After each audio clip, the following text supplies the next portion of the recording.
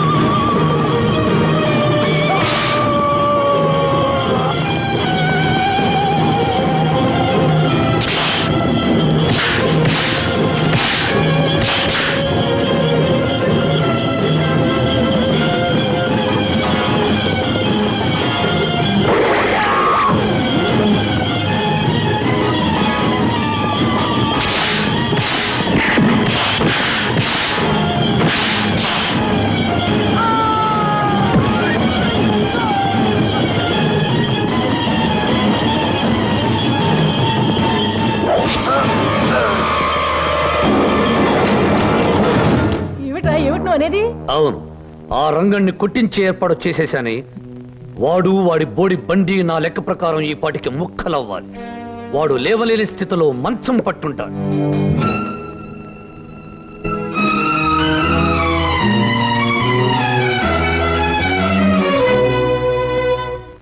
రంగా, ఏమిటి ఘోరం? ఎలా జరిగింది? హనుమంతు, ఇప్పుడు నన్నేమి అడగద్దురా. దయచేసి నన్ను ఒంటరిగా ఉండి. అవును బాబు, ఆ లక్ష్మణ మరి రంగడి కొంపకేసి పరిగెత్తడం నేను కళ్ళారా చూశాను. అంత తెగింపదానికి?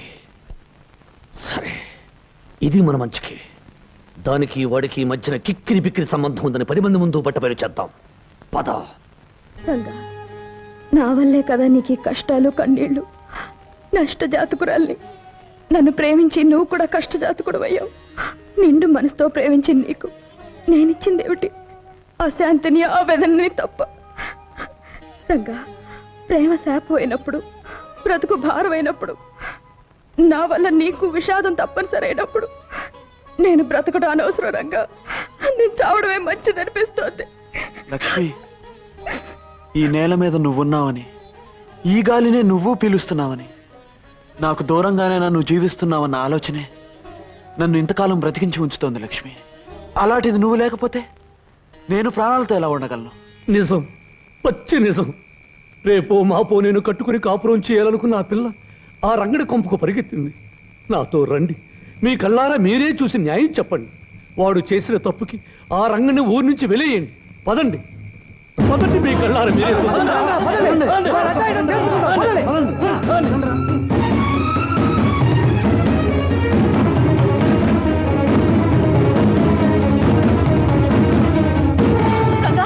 లక్ష్మి, బలవంతరావు జనాల్ని వెంట పెట్టుకుని మిమ్మల్ని అల్లరి పెట్టడానికి వస్తున్నాడు. అలాగా? లక్ష్మి, నువ్వు వెంటనే బయలుదేరు. రంగా, వాడి సంగతి నేను చూసుకుంటాను, నువ్వు వెళ్ళు.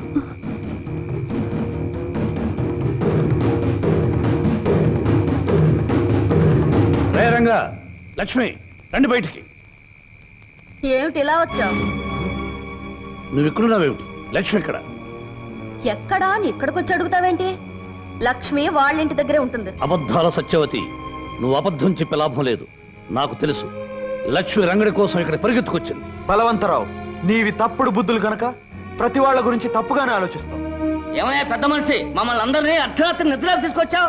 ఆ లక్ష్యం ఇక్కడ ఎక్కడ ఉంది? నువ్వేదేదో ఊహించుకుంటే ఎట్టాగయ్యా? అయ్యో రామా, మీకు ఈ విషయం తెలీదా? ఈ పాడు మనిషికి పీడకల రోగం ఉంది. అర్ధరాత్రి లేచి అరుస్తాడు, నిద్దట్లో గెంతుతాడు, ఒక్కొక్కసారి పిల్లి మొగ్గలేస్తాడు, 10 మందిని నిద్ర లేపి కరుస్తాడు. మీరెందుకయ్యా నిద్ర చెడగొట్టుకుని రావడం? వెళ్ళండి అరే, వెళ్ళండి. పదండ్రా. ఆగండి. ఈ పెద్ద మనిషి అసలు రంగు రేపు బయటపడబోతుంది.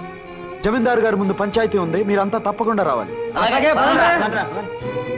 పంచాయతీ పంచాయతీ అని ఎవరినరా బెదిరిస్తున్నావు? అసలు ముందుగా నేనే జమీందారు గారి దగ్గరికి వెళ్ళి నీ సంగతి చెప్పరా, ఆయన నా మీద లెగుస్తాడో లేక నీ మీద కత్తి తీస్తాడో తెలుస్తుంది. వెళ్ళు. రంగా, మీ జీవితాల్లోకి తుఫాన్లా ప్రవేశించి వీడు లేవదీసిన అలజడికి ముగింపు జరగాలంటే ఒకటే మార్గం. నువ్వు లక్ష్మి ఒకటవ్వాలి.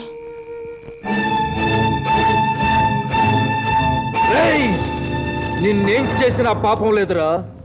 మర్యాదస్తుడు నిన్ను నమ్మినందుకు, పంచాయతీలో నీ మాట మన్నించి లక్ష్మిని పెళ్ళామని తీర్పు చెప్పినందుకు, నీకు మున్సబగిరి కట్టబెట్టినందుకు మా కుటుంబానికే ద్రోహం చేస్తావురా.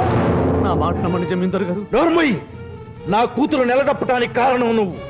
ఈ సురకత్తుల వంశాన్ని అప్రతిష్ట పాలు చేయాలనుకున్న నేను క్షమించేది లేదు. నరికి పోగులు పెడతాను.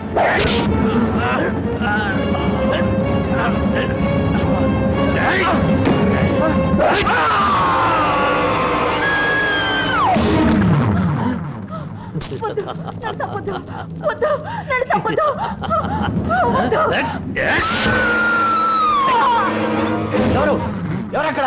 ఏమిటి అరుపులు? రంగా, రంగా, అగో అగో, రంగా. బలవంతం, ఎలా జరిగింది ఘోరం? ఎవరు చేశారు ఈ పని?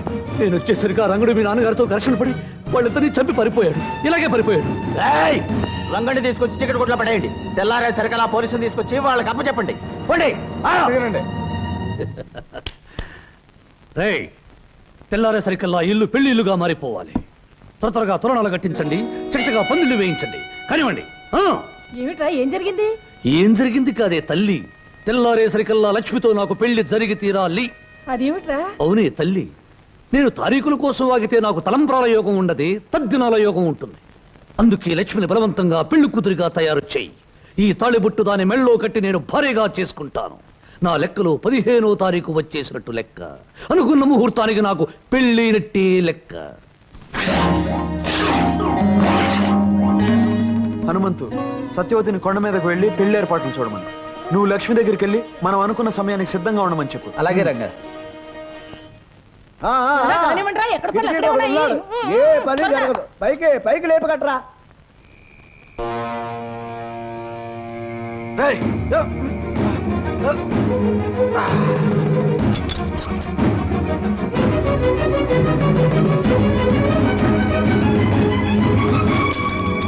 రండిరా.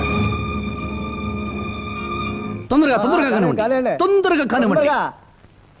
ఓ, ఇదేమిటి కాల్జా నా ఊళ్ళో పడ్డా? ఎవరు నువ్వు? కూతురు బాబాయ్ గారు ఇలా కానీ పెళ్లి కూతురు ముస్తాబు చేద్దామని వచ్చాను. నీ కండలు చూసి కళ్ళు తిరిగి ఒళ్ళో పడ్డాను. ఇప్పుడు కాదు, తర్వాత. ముందు పెళ్లి కూతురు ముస్తాబు చేయి. వెళ్ళు. బ్రహ్మాండంగా దిమ్మలా ఉంది, కడల పట్టు. ఇంకా ఇక్కడే ఉన్నారా? వెళ్ళండి వెళ్ళండి. అవతల పెళ్లి కొడుకు ఆడవాళ్ళకి 35 వాయినాలు ఇస్తున్నాడు. వెళ్ళండి. వెళ్ళండిరా. వెళ్ళండి. లక్ష్మి, కొండ మీద గుళ్ళో నీకు రంగడికి పెళ్లి ఏర్పాటు చేస్తున్నాం. సరిగ్గా 5 గంటలకి రంగడి నిన్ను తీసుకెళ్ళటానికి వస్తానన్నాడు.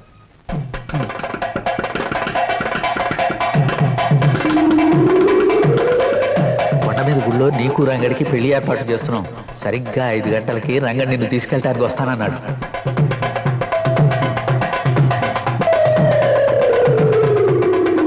లక్ష్మి, చిన్నప్పుడు పెళ్లి కాదనకి కాలు చెయ్యి పడిపోయింది. నువ్వు ఇంకో పెళ్లికి సిద్ధపడితే నీ నాన్న ప్రాణాలే తక్కువ. రేయ్, పెళ్లి కూతురుని త్వరగా తీసుకురండి, ముహూర్తానికి టైం అయింది. అబ్బాయి గారు తొందరపడొద్దు, ముహూర్తానికి వ్యవధి ఉంది. నర్మయ్, 10 నిమిషాల్లో పెళ్లి జరగకపోతే నేను చేస్తాను ఈ పెళ్లి.